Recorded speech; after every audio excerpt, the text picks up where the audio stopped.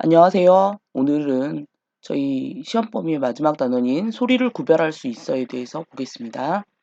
자, 학습 목표 보겠습니다. 파동의 진폭, 진동수, 하형으로부터의 소리의 크기, 높낮이, 맵시를 구별할 수 있다입니다.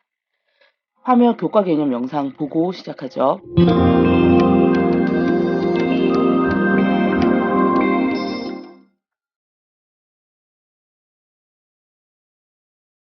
컴퓨터와 컴퓨터용 마이크, 악기만 있으면 소리를 눈으로 볼 수 있어요.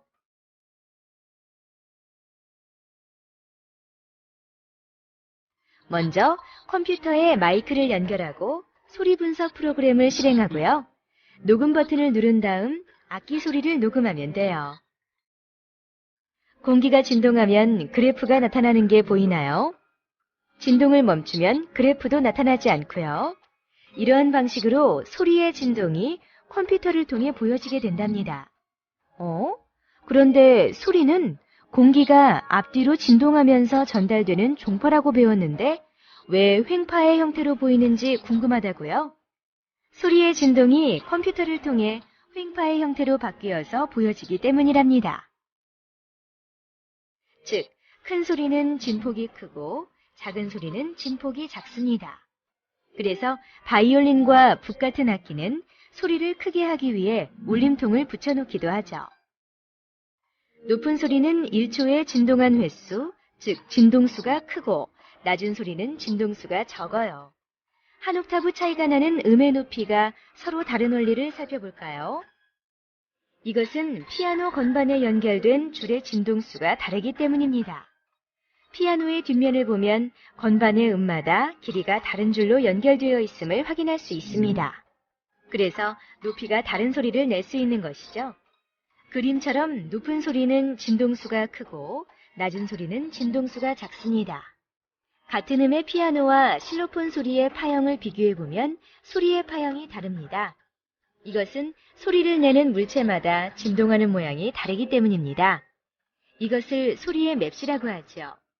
우리가 악기마다의 소리를 구분할 수 있는 것은 소리의 맵시가 다르기 때문입니다.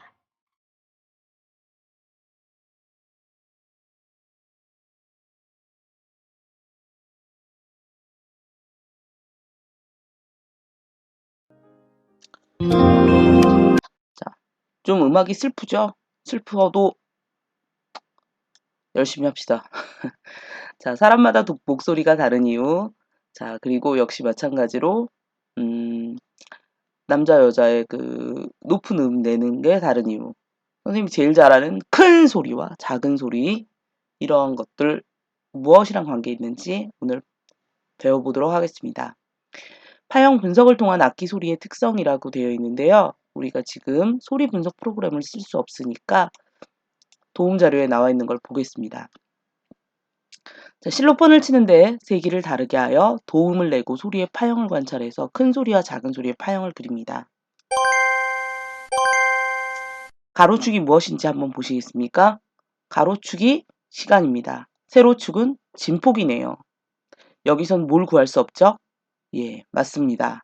파장을 구할 수 없습니다. 자, 그럼 시간으로 나와 있으니까 우리는 무엇을 구할 수 있을까요? 주기를 구할 수 있고요. 자, 진폭을 알 수 있겠죠. 이 그래프에서 먼저 진폭부터 볼까요? 큰 소리일 때는 진폭이 몇 칸이죠? 6칸이라고요? 아니죠. 몇 칸이죠? 3칸입니다. 작은 소리일 때는 몇 칸이죠? 네, 맞습니다. 2칸입니다. 진폭은 차이가 나네요. 자, 그 다음에 주기를 한번 볼까요? 주기. 주기라고 하면 파형의 모습에서 보면 되는데요. 현재 나와 있는 걸로 볼 때는 선생님 그냥 이 높은데 여기 마루처럼 보이는 여기서부터 하겠습니다. 여기, 여기. 약 몇 칸이죠? 2칸입니다. 주기. 몇 칸이죠? 똑같은 모습이 나오는데 걸리는 시간입니다. 몇 칸일까요? 여기도 2칸이네요. 주기, 진동수는 역수관계였습니다. 진동수가 뭐하다는 뜻이죠? 같다는 뜻입니다. 결국 큰 소리와 작은 소리의 차이는 진폭에 있다는 걸 알 수 있습니다. 실로폰을 같은 세기로 쳐서 도음과 소름을 내보는 겁니다. 컴퓨터 소리는 똑같네요. 그러나 우리가 도 소리인 경우, 솔 소리인 경우. 자, 역시 가로추기 시간이니까 주기를 구할 수 있습니다. 주기를 볼까요? 약 몇 칸 정도 되죠? 4칸. 진폭은 서로 뭐하죠? 같네요. 솔 소리에서 주기는 2칸 정도 되죠. 자, 그럼 주기는 누가 큰 거죠? 예. 낮은 도 소리가 더 큰 겁니다. 근데 주기와 진동수는 무슨 관계죠? 네. 역수 관계죠? 역수 관계니까 솔 소리가 더 진동수가 뭐하다는 걸로 알 수 있어요?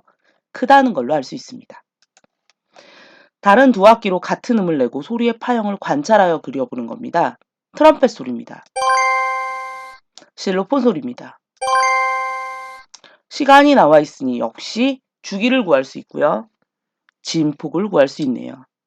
진폭, 여기는 거의 3칸 끝인데 여기는 솔직히 3칸보다는 조금 아래인 거, 모자른 것 같아요. 근데 또 밑에 있는 이 골처럼 보이는 요 부분들을 보시면, 골을 보면 좀 비슷할 것 같기는 해요.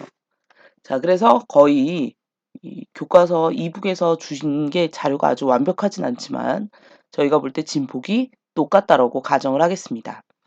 자, 그리고 여기에 있는 거에서 보시면 주기, 높은 데에서 높은 데까지 갈까요? 여기서부터 여기까지 약 2칸 정도 있죠. 여기서부터 여기까지도 실로폰 소리도 2칸 정도이죠. 주기가 거의 같네요. 주기가 같으면 진동수도 뭐한 거다? 같은 거다 라고 알 수 있습니다.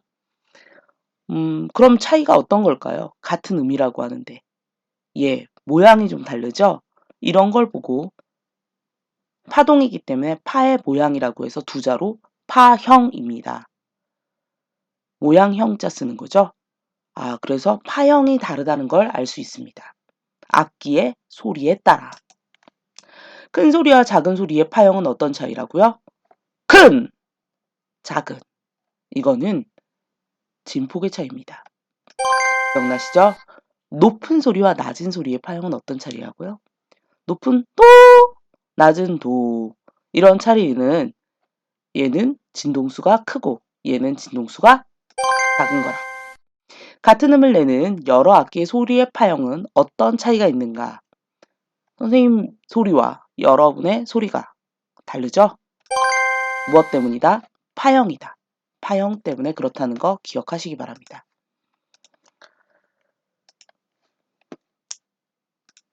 자, 북을 세게 칠 때, 약하게 칠 때 다시 반복되는 내용이거든요. 듣기만 해볼까요?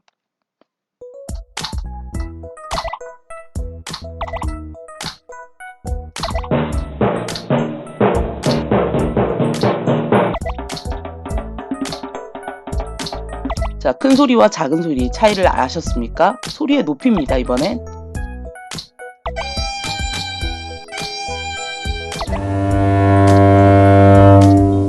자, 높은 소리와 낮은 소리의 차이도 아셨습니까? 자, 이제 소리의 맵시입니다.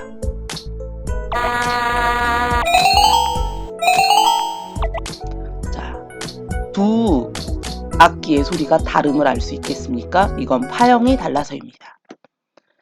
자, 여러분들 지금 배운 내용이 다 여기에 있는 내용입니다. 우리가 이제 조금 달라지는 거에서만 얘기를 조금 할까요? 여러분들이 기본적으로 알고 계시는 건데요. 소리의 음을 내는 거에서 높낮이를 맞추는 게 바로 진동수인데요. 진동수는 잠시 보시면 바이올린, 첼로, 우리 보시면 바이올린이 작은 거고 첼로가 크잖아요.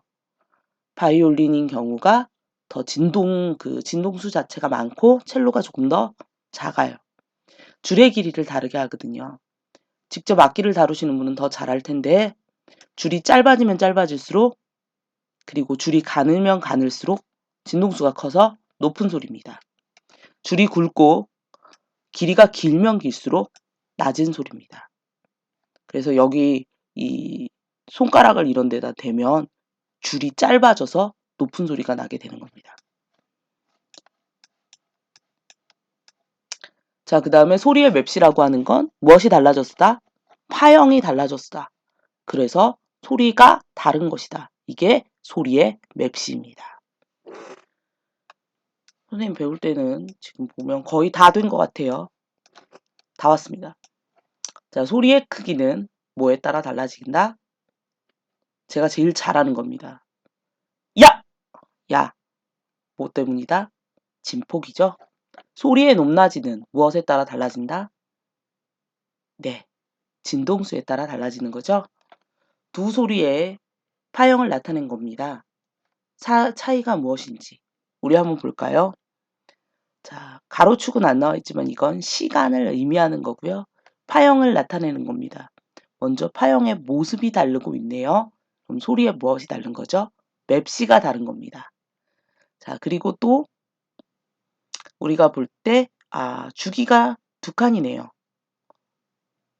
여기도 주기가 두 칸이네요. 주기가 같은 거니까 지금 같은 음을 내고 있는 겁니다.